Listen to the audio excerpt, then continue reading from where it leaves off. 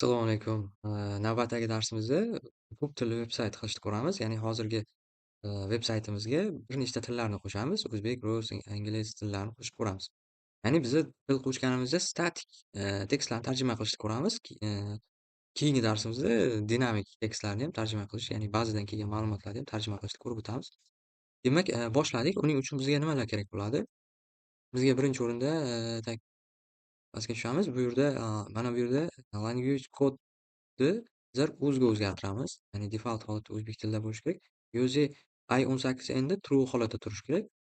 True holatda turishi kerak va bizga kerak bo'ladigan narsalardan mana bu yerda language ga mana bu ko'rinishda, massivning ichida mana shu ko'rinishda yozib qo'yishimiz kerak. O'ziga o'zbek, englishga N, ruga Russian deb, mos ravishda yozib qo'yish kerak.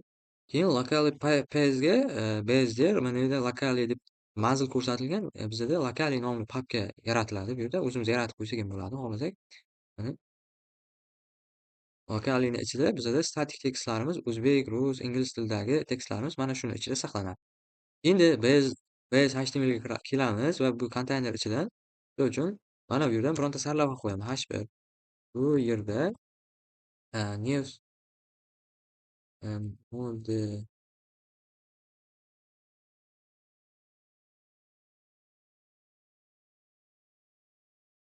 bu yerda News modeli chiqarilgan deb yozdim. Endi shuni bizlar hozir o'zbek, rus, ingliz 3 ta tilga tarjima qilishni ko'ramiz.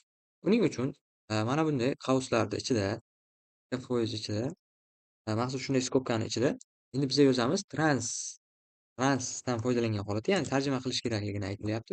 Bu yerda chiqarilgan. Endi e'tibor beraylik, tepada doctypedan yuqorisida 2% ichida mana bunday, bu yerda load bo'lishi kerak. i18n ni chaqirib qo'yishimiz. Mana shunga. Ya'ni bu nimani ifodalaydi? Shu sahifada bizada tarjima, ya'ni statik tarjima matnlar borligini ifodalaydi bu. Endi bizda mana bu yerda H1 imiz tarjima qilinishi kerak, tarjima qilinishi kerak. Endi bizlar hozir buni run server bilan ishga tushirib tekshirib ko'ramiz. Birinchi oddiy ishlatib ko'ramiz. Run server qildim, hech qanaqa xatolik yo'q. Mana bu yerda News modeli chiqarilgan dedim. Chiroyliroq ko'rinishga o'tish uchun bu yerda class berib qo'yamiz degina. My, misol uchun 5 deb qo'yaylik. Yangilasak, mana bu yerda News modeli chiqarilgan dedi. Endi, biz nima qilamiz? O'sha mana bu yerda News modeli chiqarilgan, degan so'zni bir nechta tilda lokalni ichida saqlashimiz uchun hozircha mana lokalni ichi pustoy, bo'sh holatda turibdi. Endi buni to'xtataman degina, biza kerakli qadamlarni buyruq beramiz. Mana bu yerda Django adminning o'zining maxsus tarjima fayllarni yaratib beradi. Agar o'z desam, o'z nomli papkani yaratib beradi. Mana buni ichiga o'tadigan bo'lsam, mana o'z nomli papka yaratildi. Endi buni agar ru desam, ruga mos fayllar yaratadi. Mana o'z.ru, mana o'z.ru. Endi ingliz tili uchun ham menga kerak. Uchun n deb yozaman. Mana o'z, n, ru, o'z hamma fayllar yaratildi. Endi bu, nima uchun o'z.ru, n deb yozyapmiz? E'tibor beraylik. Bu yerda, settingsda bu yerda o'z, n, ru deb olingandi. Asosan shu qisqartma bilan olinadi. Bu yerda locally mana bu yerda paste manzil ko'rsatilgan locally nomli, papkamizni manzili bu yerda ko'rsatilganligi uchun aynan mana bu buyruqlardan keyin, n, ru, o'zlar mana shu papkani ichiga saqlandi. Endi ko'pincha hamma har xilcha, usullardan foydalangan holatda tarjima qiladi, lekin bu eng samarali usul. Sababi Djangoning o'zini statik fayllar tarjima qilish, statik tekstlar tarjima qilish uchun qo'llab-quvvatlaydida Django o'zini Django admin tomonidan, ishlab chiqilgan bu. Endi biz nima qilamiz? Endi hozir bu yerda hech qanaqa tarjima sodir bo'lgani yo'q, hech narsa bo'lgani yo'q. Bu yerda hali endi biz qilishimiz kerak bo'lgan ishlarimiz, bir nechta ishlarimiz qoldi. Config ichida URLs ichiga kiramiz. URLs ichida ba'zi o'zgarishlarni qilishimiz kerak. Endi URLs patternsni biza boshqacha shaklda yozishimiz kerak. URLs patternsga qo'shiladigan pejlar. Demak, biz bu yerga kerakli kutubxonani yuklaymiz. Mana bu kutubxona, ya'ni i18n patternsni, yuklab qo'yamiz. Bu yerda chaqirib qo'yamiz va bu yerga bizlar URL patternsni bizlar alohida mana bu ko'rinishda yozib qo'yamiz. Ya'ni bu nima uchun kerak? Bu pejimiz aynan bizada domenimizda mana bu yerda domen yoziladigan bo'lsa, mana bu yerdan /uz yoki, ru kabi ko'rinish uchun kerak bo'ladi. Endi bu yerda mana bunga URL patternsga qo'shiladigan mana bu, pejlarimiz endi i18 holatda yozilishi kerakda.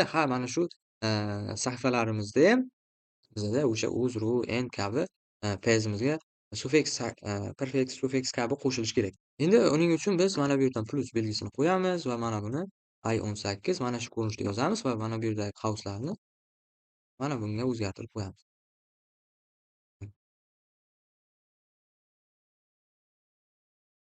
Mana shu shaklga o'zgartirdik. Endi bizda bemalol tarjimani ko'rishimiz mumkin. Mana bu yerda hozircha run server qilmadik. Run server qilib ishlatib ko'ramiz. Mana ishlatdik. Endi bu yerda, mana bu yerda config URLs'da xatolik beryapti. Sababi bizada mana bu yerda o'zga o'tishimiz kerak. Mana o'zga o'taydigan bo'lsak, mana ishlayapti. Endi bunda, row'ga o'taydigan bo'lsak, mana row'ga ham o'tadi. Lekin row'da xatolik berdi. Debug row holatda false bo'lishi kerak deyapti, nimadirlar deyapti. Hozir tekshirib ko'ramiz xatomizni. Demak, bu yerda kelib chiqadigan xatolik, middleware'da qo'shiladigan, middleware qatori qolib ketgan menimcha. Mana shu qatorni qo'shib qo'yish kerak. Django middleware locally'ga mos bo'layotgan middleware o'zini middleware keladi. Mana shu middleware'ni qo'shib ketganimizdan keyin bizada xatolik bartaraf etilishi kerak. Mana enga o'tdik. Mana row'ga o'tib ko'ramiz, tekshirib ko'ramiz. Mana hammasi ishlayapti. Endi bizda mana bu yerdagi static tekstimiz qanday qilib tarjima bo'lishini endi ko'rib chiqamiz. Buning uchun, biza lokalini o'ziga kiramiz, ya'ni o'zbek tilidagi ma'lumotga kiramiz. Bu yerda oxirida 3 qatorga e'tibor beramiz. Mana bu yerda 3 qatorga e'tibor berishimiz kerak. Mana bu asosiy tekstimiz. Mana shu tekstimiz tarjima bo'lishi kerak. Xo'p, endi mana bu 3 ta qatorni o'chirib tashlab, message ID ga biza, mana bu tekstimiz ID sifatida keladi. Message esterga, ya'ni bizada tarjima bo'ladigan qismini message, esterga mana bu tarjima bo'ladigan matnni yozib ketishimiz kerak. Endi biz row'ga kiramiz. Row'da ham xuddi shunday. Mana bu 3 ta qatorni sal pastroq tushib, message ID ga mana ID sifatida qo'yildi. Message esterga. Endi biza tarjimasini qo'yishimiz kerak. Uning uchun bizga Google Translate kerak.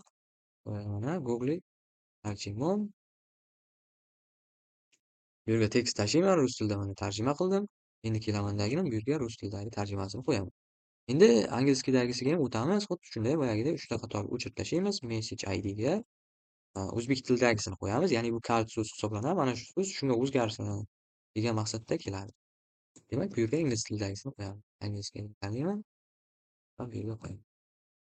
Endi, bu ishlarni bajarib bo'lganimizdan keyin, bir sira yangilab olishimiz kerak. Haqiqatan ham mana shu, fayllarni ichida o'zgarish bajarganligimiz to'g'risida bildirish uchun.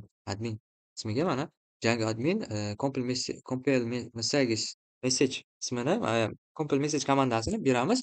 Bu yerda uchalasi ham yangilaydi va Djangoning yangicha fayllar yaratiladi. Translation uchun maxsus, yangi, fayllar yaratildi. Bo'ldi. Endi faqatgina har birida ikkitadan.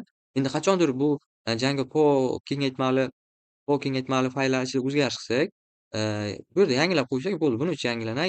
Yangi fayllar yaratib ketmaydi. Har doim mana shunday ikkitadan fayl turadi ichida. Endi bizga, kerak bo'ladigan narsa bu. Mana bu yerda yangilab ko'rib, tekshirib ko'rishimiz mumkin. Uning uchun birinchi run server qilish kerak, esdan chiqdi. Demak, run server qildim. Mana bu yerda mana hozir bu rus tilida turibdi. Mana bu yerda e'tibor beradigan bo'lsak, mana Russian'da turibdi. Endi o'ziga o'zgartiradigan bo'lsam, mana o'zbekka o'tildi. Endi angliyskiga o'zgartiraman. Angliyskiga o'tdi. Xuddi shunday bizada tekst ma'lumotlar mana shunday qilib yangilaymiz. Endi biz yana bironta statik tekst qo'shib ko'raman. Masalan, mana bu yerda bironta paragrafga salom, tarjimon deyman. Salom deb qo'yaylik mayli. Salom deb yozishimiz uchun bizda qanday tarjima qilinadigan fayl bo'ladigan bo'lsa, mana bu ko'rinishda yozamiz dedim. Demak, trans, komandasi bo'ladi bu yerda. Keyin buni ichida salom deb yozib qo'yamiz va mana bu o'zbek tilidagisiga kelamizda yana xuddi shunday, message ID ga salom, message esterga salom. Endi mana shuni olib nusxalab, birdaniga mana bularga qo'yib ketsam bo'ladi. Mana bu yerga qo'ydim. Salom. Rus tilida привет deb yozdik. Bunisida endi